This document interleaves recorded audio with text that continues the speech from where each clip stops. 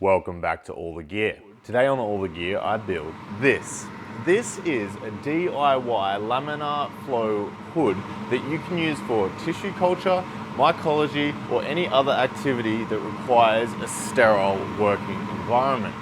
It's a design that uses cheap HEPA filters on the intake to HEPA filter air and a cheaper Merv rewashable filter on the laminar flow side to make this build affordable for most people. Okay, so I first want to start by defining some terms. Laminar flow in fluid dynamics is characterized by fluid particles following smooth paths in layers, with each layer moving smoothly past the adjacent layer with little or no mixing. That means that there are no cross currents, eddies, or swirls within the flow of particles. You've probably experienced laminar flow in scenarios like the water exiting the end of a hose or a stream of water passing over a waterfall. When a stream of particles is traveling within a closed channel, such as a pipe, or in our case, the flow hood, there are two types of motion that can occur depending on the velocity and the viscosity of the fluid: laminar flow and turbulent flow. Turbulent flow involves mixing of the fluid and turbulence within the particles, and this is what we're trying to avoid with our laminar flow hood. Now, the second term that I want to define is laminar flow hood or cabinet, and this is a laminar flow cabinet. It provides a laminar flow, a particle flow or an air flow that comes towards the user from the back of the cabinet at a rate of about 0.45 meters per second. This is essentially a wall of air that moves towards the user. All the air particles are moving in a laminar fashion where the layers of air do not intermingle and there are no eddies. And this is useful because it protects anything within the cabinet from the user and the exterior of the cabinet because of the positive pressure coming towards the user that the airflow provides. Now, there are many uses for laminar flow hoods, including mycology and the growing of mushrooms, assembling medical equipment, electronics and lenses, anything you are trying to omit dust and small particulate from, food processing, pharmaceuticals, and cell tissue culture, which is the reason that I've put this hood together today. All of these tasks require a sterile or dust-free environment within which the user can work. They are essentially a low-cost alternative to a clean room that allows a user to quickly and easily interact with a sterile environment. Now, if you're looking for my plant cell tissue culture videos, they're actually on my other YouTube channel linked in the description of this video.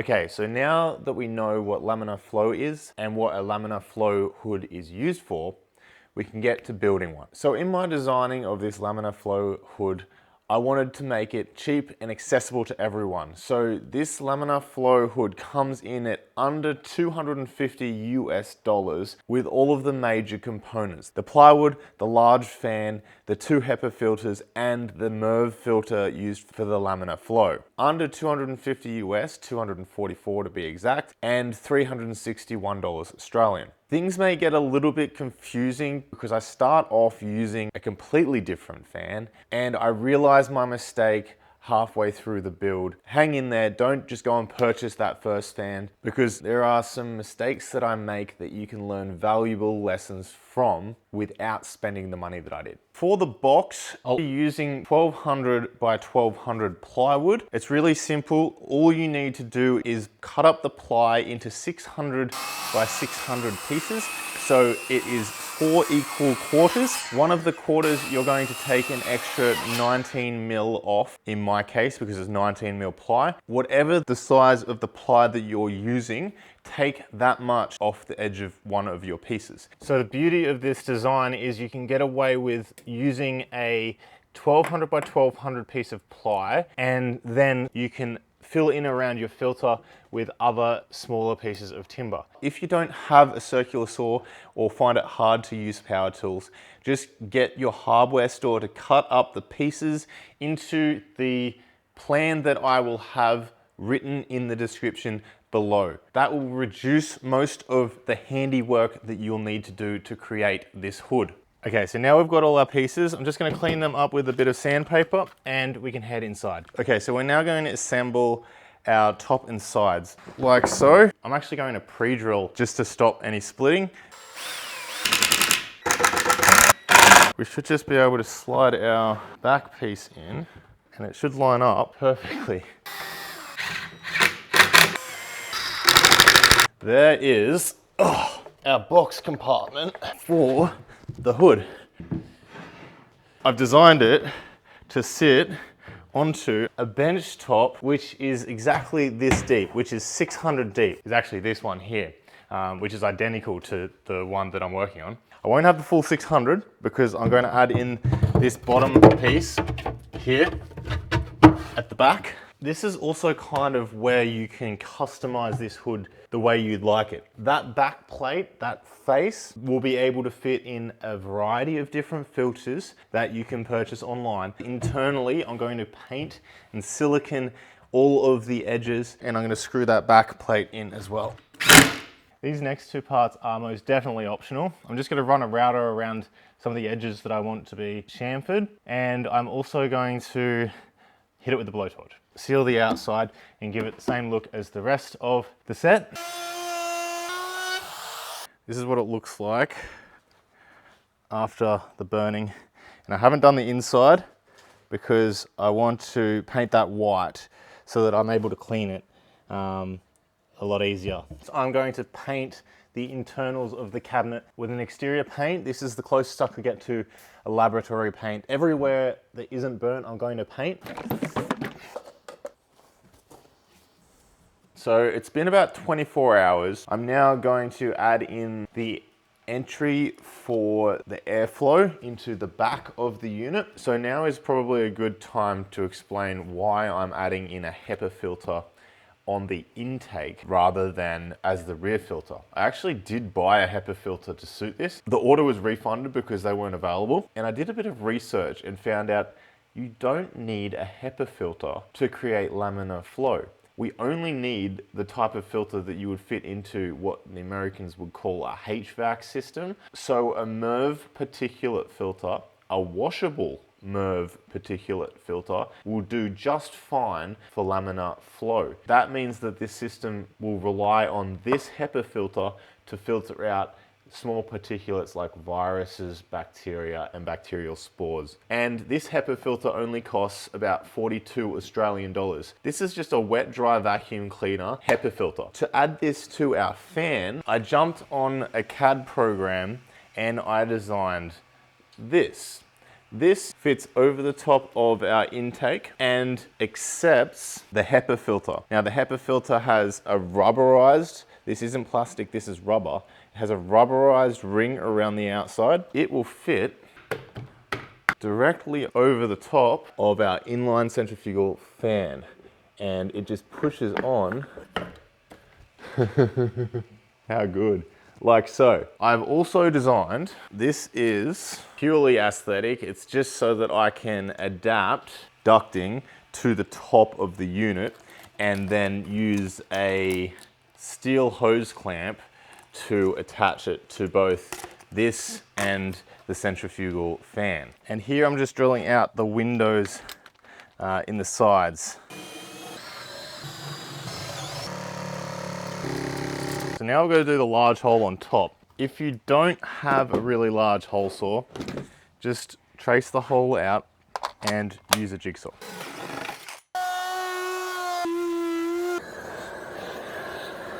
Now that we've drilled our holes and our paint is dry, we can add on our fan and our duct and our windows. So the duct is pretty easy. I'm just going to silicone around it so that we make it airtight, and then we can screw it into place. Push the vent over the top. I can tighten that nut. Now I can sort of lay out where I'm going to put the fan. I actually think just having it like that will be fine. I'm going to have it dead center because it works fine. Okay, so it's now time to add in the windows, which is an optional thing. So I'm going to pre-drill out all the holes and countersink them as well because You don't want to force the screw heads into these because it will split the perspex. And once you're happy with that, we can then screw it into place.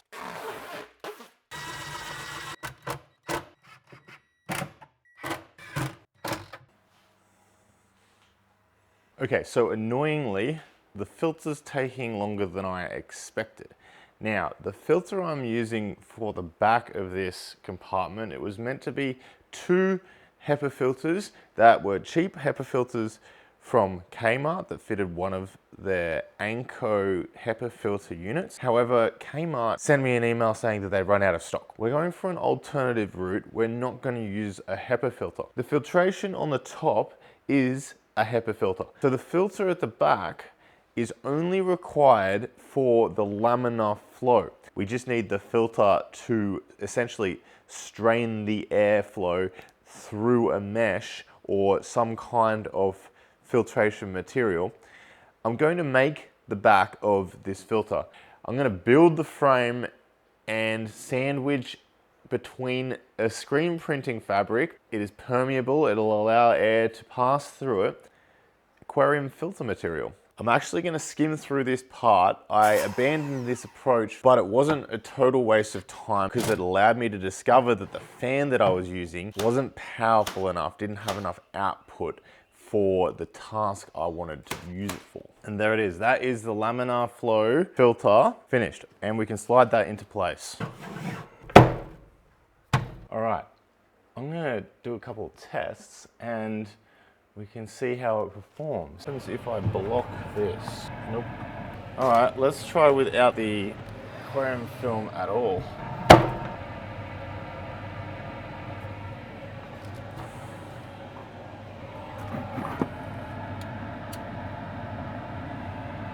Okay, we're down to a single sheet of screen printing material. Now, you can see that there is flow coming out from the fan, but the problem is it's sucking it in at the top because it's eddying.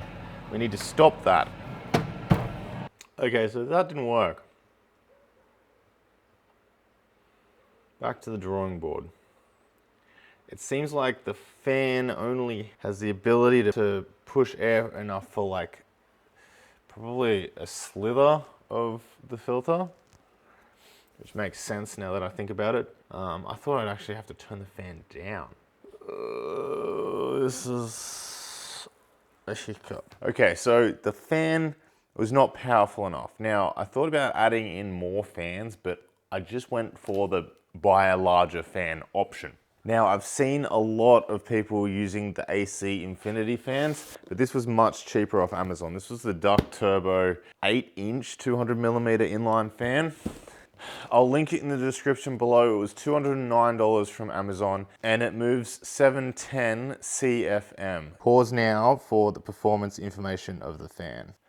This is going to be about 4 times more powerful than the fan that I was using, so hopefully it will be large enough. I will, however, need to be cutting a larger hole into the top. I've also had my filter arrive. This is just a HVAC filter. It's a washable filter. So I'm gonna open this up. We're gonna see how much air it pushes. And a major reason for the purchase, a variable speed controller. That's halfway, that's massive.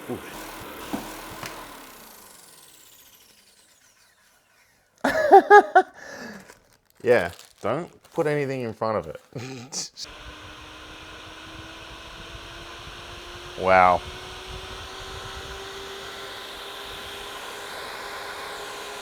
I think this is gonna work.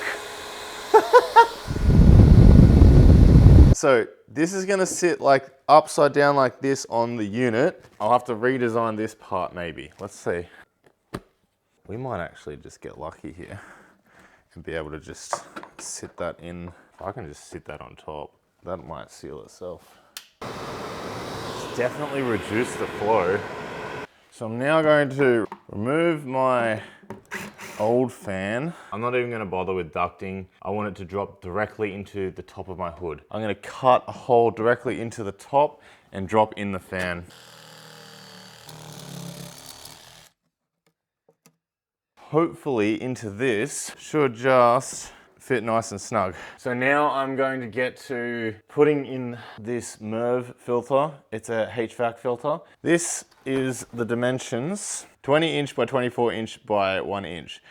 So it's 51 centimeters by 61 centimeters by 2.5 centimeters. There we go. It is just a filter material. We have this aluminium protection and it has just got PVC edges, which will allow me to fit it into place. The airflow is shown here. So the flow actually comes out with the aluminium side on the front, which is good because I want that to protect the screen if something were to fall onto it. It is perfectly sized, it looks like, which is quite exciting. I mean, I did plan that, but as you've seen, plans never go quite as planned. If we have a look here, that's incredible. That actually fits perfectly. I'm gonna need to make a piece that fits in the top, like that. So now what I'm going to do is silicone up and paint all the internals so it's nice and sealed up, and then I'll install the filter by screwing it into place. So I just designed a new collar for the new fan, so I'm going to be 3D printing that now. I've installed the fan, I slid the sleeve over the top of the fan, siliconed it up, and slid the fan into place. Now I'm going to put it into the location where it's going to live and we can retest the airflow.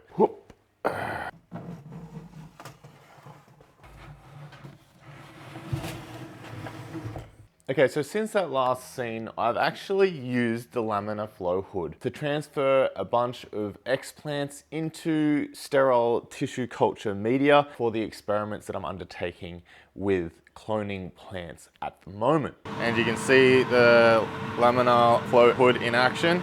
Now, initially with a single filter on top, the fan was struggling to put out enough air because of the restriction on the intake of the fan. So what I ended up doing was I ended up just adding in another filter. Now, these filters are just placed literally on top of our fan unit. And because they are a pass-through filter, you can just remove the top of one of the filters and stack them as high as you like. And the rubber on the filters seals with the pressure that the fan is sucking them together with. So there's no need for a 3D print at all, because just coincidentally, the fan is the perfect size to accept the rubber on the outside of these filters. And when you turn the fan on,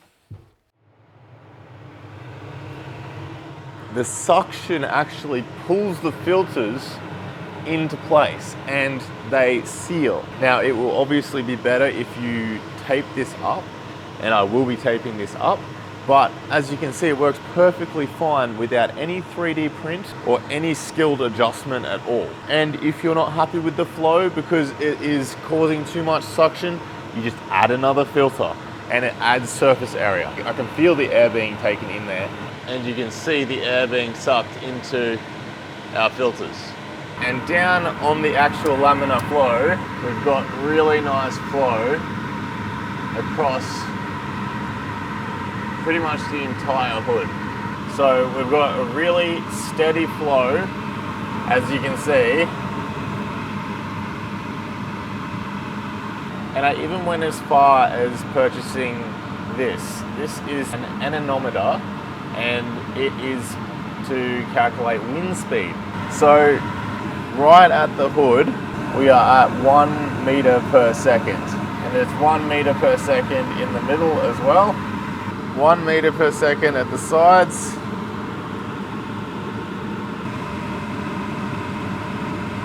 It's about the same across the whole face, which is encouraging. And this is on full.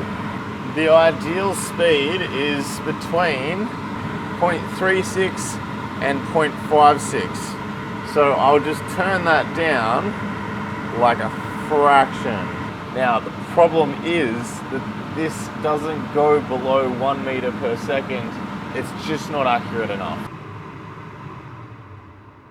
And there it is. that is how you build a DIY Laminar Flow hood. I'm actually stoked with how this turned out. I'm really happy that I was able to get my plant tissue cultures out and propagating. And so far so good. I haven't had any visible contamination. Okay, so I hope you enjoyed my build of this DIY Laminar Flow hood and my journey from no idea to some idea. Check out the videos linked in the end screen for similar topics that you might find interesting. Don't forget to subscribe to this channel and my other channel, Hoocho's, where I actually undertake all of the plant cell tissue culture. That's it today for all the gear, and I hope I left you with more of an idea.